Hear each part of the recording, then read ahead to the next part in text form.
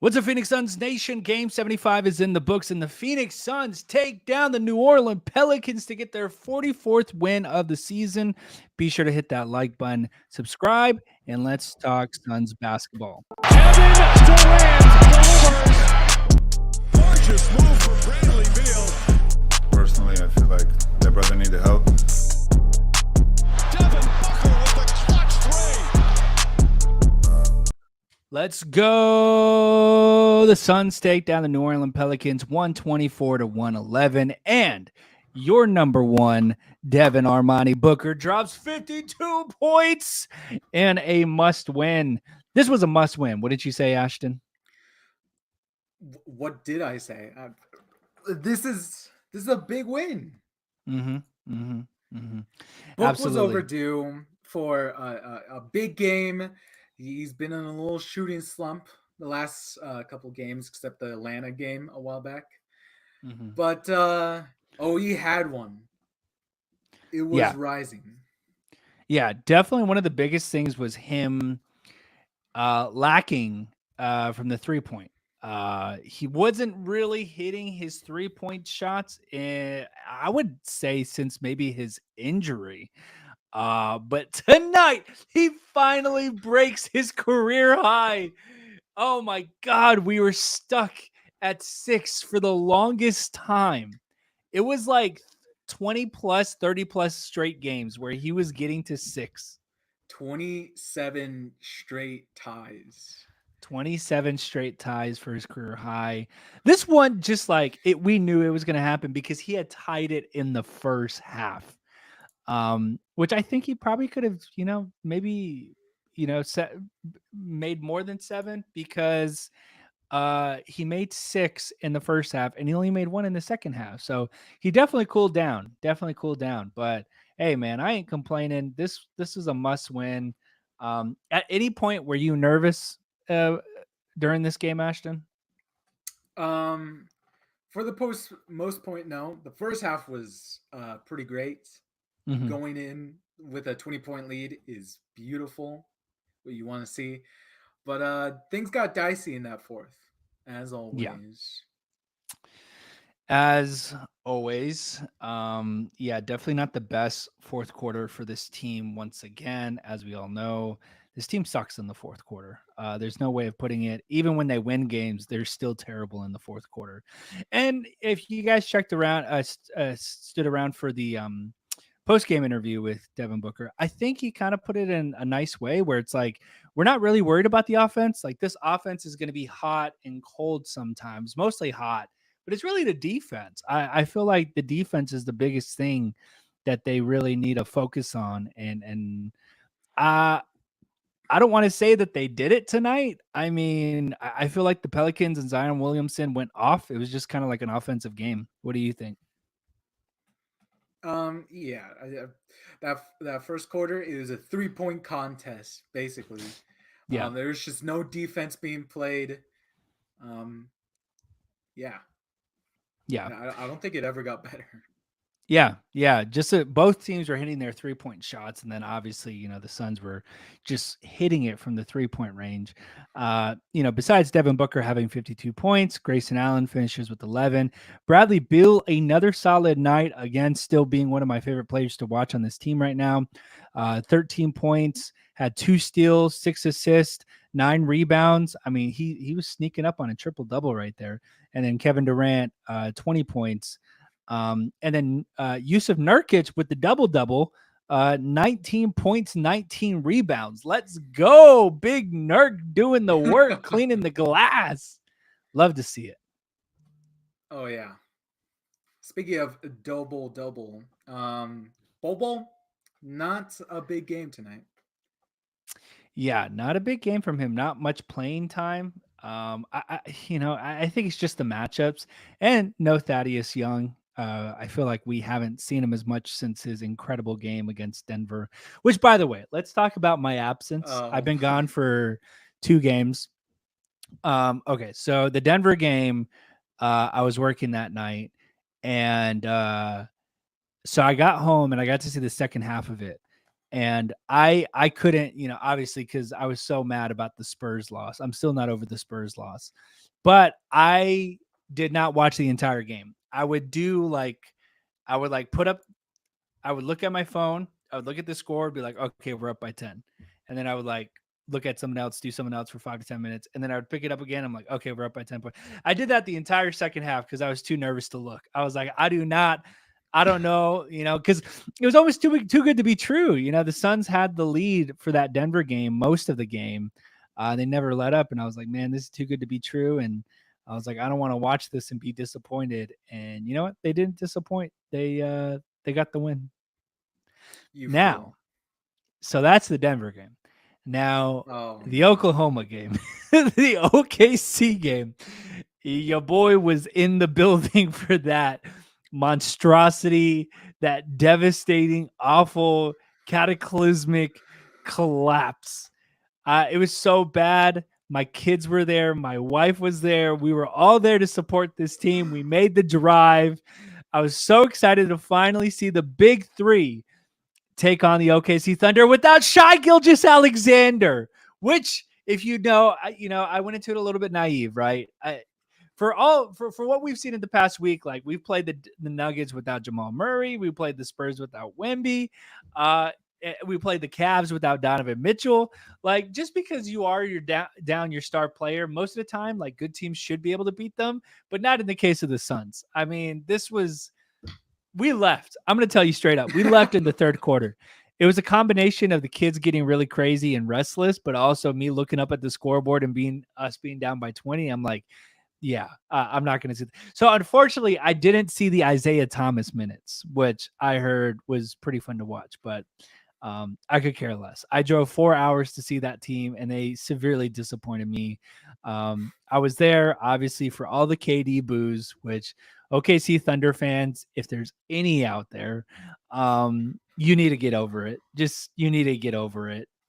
If he's the greatest, Kevin Durant is the greatest player in Thunder history, and that history is not very long. And so for you, Thunder fans, to boo him in a place that could technically be his home, because that's where he was originally drafted from with the Seattle Supersonics, is disgraceful. You Thunder fans are disgraceful. I was there. You guys start your games off with the prayer like no other club, no other organization in the NBA. You start off the night with the prayer, and then 5 minutes later, you're booing your messiah, the only player who has helped this team even get close to the NBA Finals, to a championship. Shame on you, Thunder fans. Treat your players better. Maybe they may want to return. And that's all I got to say about that. But that's where I was the past two games. Anyways, back to tonight's game. Back to tonight's festivities, Ashton. What do you got to say? What's your initial reaction to this win? Oh, yeah. I mean, we just came out hot. I've been saying this. Yeah, you've been gone for the last two games, which if anyone has been watching, they know that. But yeah, I've been saying that this is a huge game, especially in the West, yada, yada, yada, huge game. We're actually now in the 7th seed because of this game. We're one ahead of the Kings. And yeah, pretty much it was great, a great response from the team. They looked locked in for that first quarter. I mean, Christ, we beat them 46 to 28 in the first quarter. Mm-hmm. So just amazing offense. I mean, defense could still use a little work. Booker was amazing, but it's that second half that gets me. It's just the lackluster defense. It's still turning it over. We went a whole majority of the first without a single turnover, and then it just slightly got worse. With some of our guys again doing careless passes, Katie getting robbed as usual. Now they did keep it down on the lower spectrum. Like 14 turnovers is a little bit lower than like Suns standards, because usually they're like, 17, 18, 19. So good job, Suns. Pat on the back. You only turned over the ball 14 times. You careless basketball players. Anyways, yeah, you're right. First half was phenomenal. Granted, the Pelicans never. I mean, they got it like, I think it was like 7. They got within 7 points. But yeah, I mean, it was just very careless. They were committing turnovers again, and it's the same dumb thing again, where it's like it's not even anything really the defense is doing. It's just really the stupidest passes you could make. It's always like an extra pass. It's always, oh God, I hate seeing these turnovers, man. I hate seeing. If we could turn over the ball less than 10 times, and some of these aren't even like, again, they're not team turnovers. Like, it's KD losing the ball. It's Bradley throwing the ball. It's Booker throwing it in a place where he shouldn't. I mean, if you could just cut it down less than 10, boom. I think you give the team a pretty good chance at winning any games. But yeah, back to the standings. With this win, they do move up to 44 and 31. That would technically, just by winning percentage, put them above the Sacramento Kings, which at the moment, and we all know how the Western Conference is, that would move them up to the 7th seed, right behind the Pelicans, which are at the 6th seed. So, and the Mavericks, they're rolling, man. Mavericks are 9-1 in their last 10 games, and they're sitting at the 5th seed. Totally unrelated question, even since this game was pretty straightforward.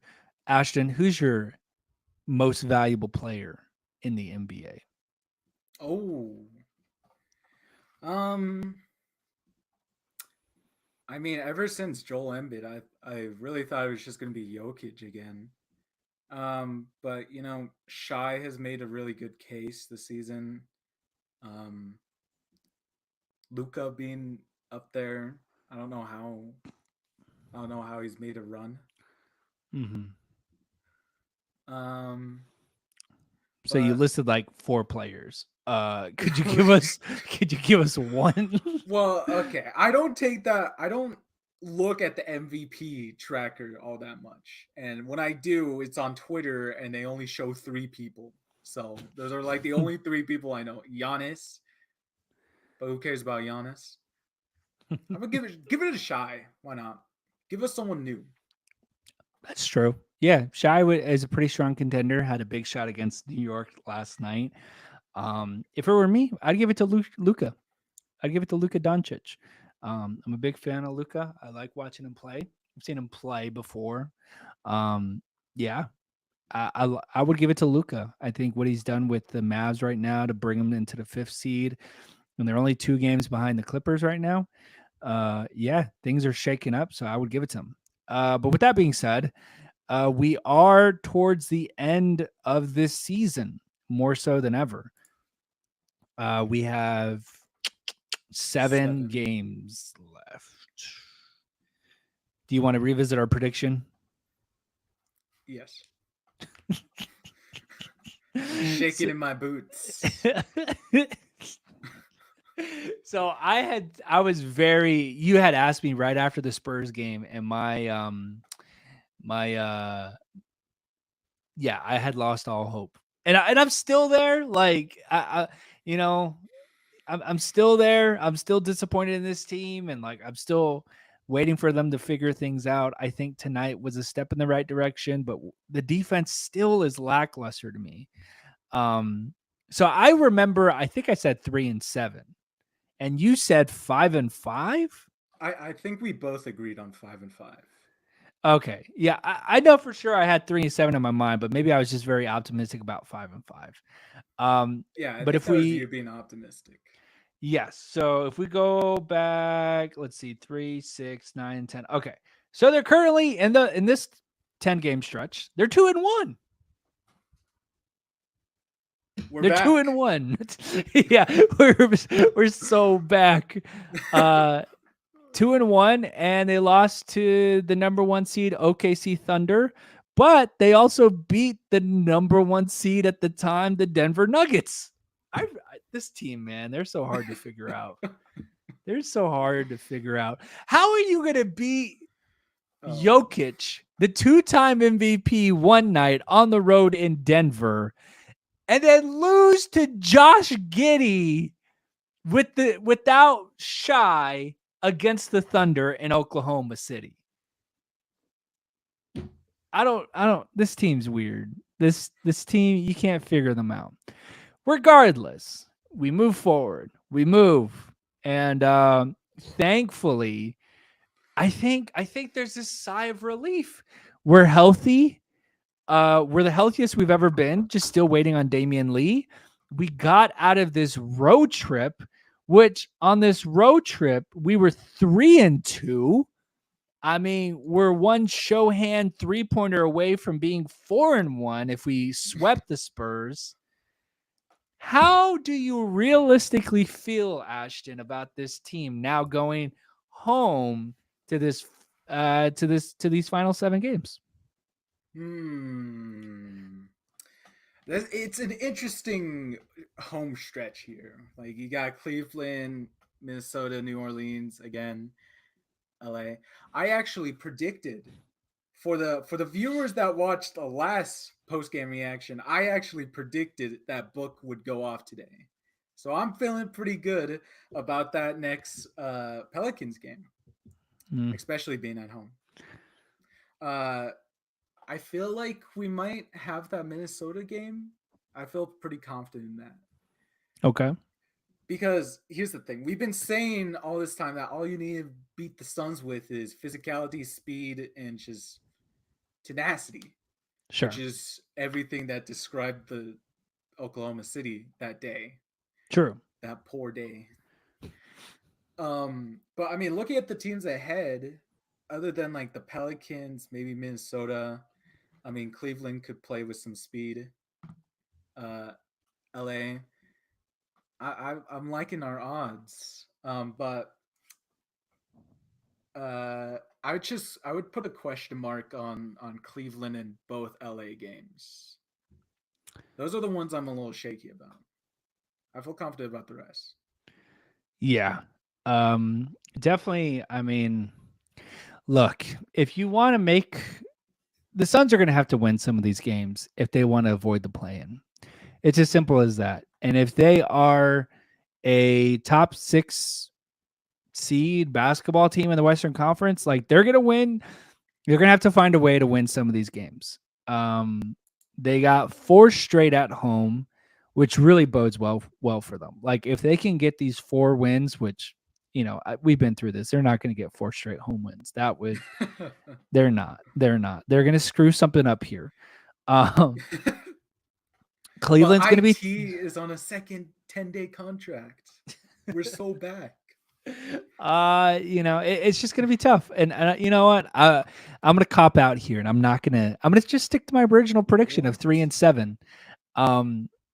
You know, as good as this team looks, they have shown the exact opposite. And one thing I know for sure is you can't trust this team. So, I mean, it took 52 points to take down the Pelicans without Brandon Ingram, and now you got to take on Cleveland, and they're a tough team. Like, they're a tough team. The Cleveland Cavaliers can dominate you in the paint, and they can out physical you. So, honestly, you want my prediction? I wouldn't be surprised if Cleveland beat us. I would say we beat Minnesota. I like that matchup against Minnesota. I feel like it's gonna be a really close game.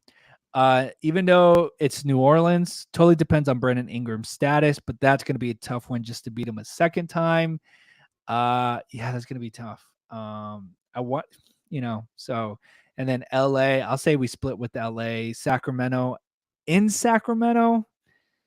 Oh boy. They don't have Kevin Huerter or Malik Monk. Oh, I don't care. It's the Suns, man. It's the Suns, though. They lost to the Spurs without Wemby. I don't trust this team no more. All right, fine. Yeah, point taken. Fine. We lose to the Kings, and then we lose to the Timberwolves, and we miss the playoffs. That's my prediction. You believe in this team. You don't buy into this team. No, why would I? Why would I buy into this team? I saw this disaster in person. I looked Vogel in the eyes from where I was sitting, and I was like, I don't trust you. I don't trust you as far as I can throw you. You are a defensive-minded coach with offensive players, and these offensive players don't want to play defense, and you're a defensive-minded coach that doesn't want to coach offense. You both suck. You're both not made for each other. You're a mismatch. You're a match made in hell. You shouldn't be anywhere near each other, and that's why we're so bad. I don't trust this team. I don't trust this team. I'll never trust this team. I can't stand this team. I'm letting it all out. I'm still mad about dropping the game against the Spurs. Suns fans, don't let them get your hopes up. Don't let tonight's, Book is always going to be Book. We all love Book. Book is a Phoenix Sun for life. There's nothing that this man can do that would be wrong in our eyes. But everyone else, they are, oh my gosh. Don't trust them, man. Just remember, they lost to the Spurs. They lost to the Spurs without Wembanyama, who they beat with Wembanyama by 20-plus points. And then they continued the next night to lose to the Spurs without Victor Wembanyama. And then they went to Denver and they beat the Nuggets. This team makes 0 sense.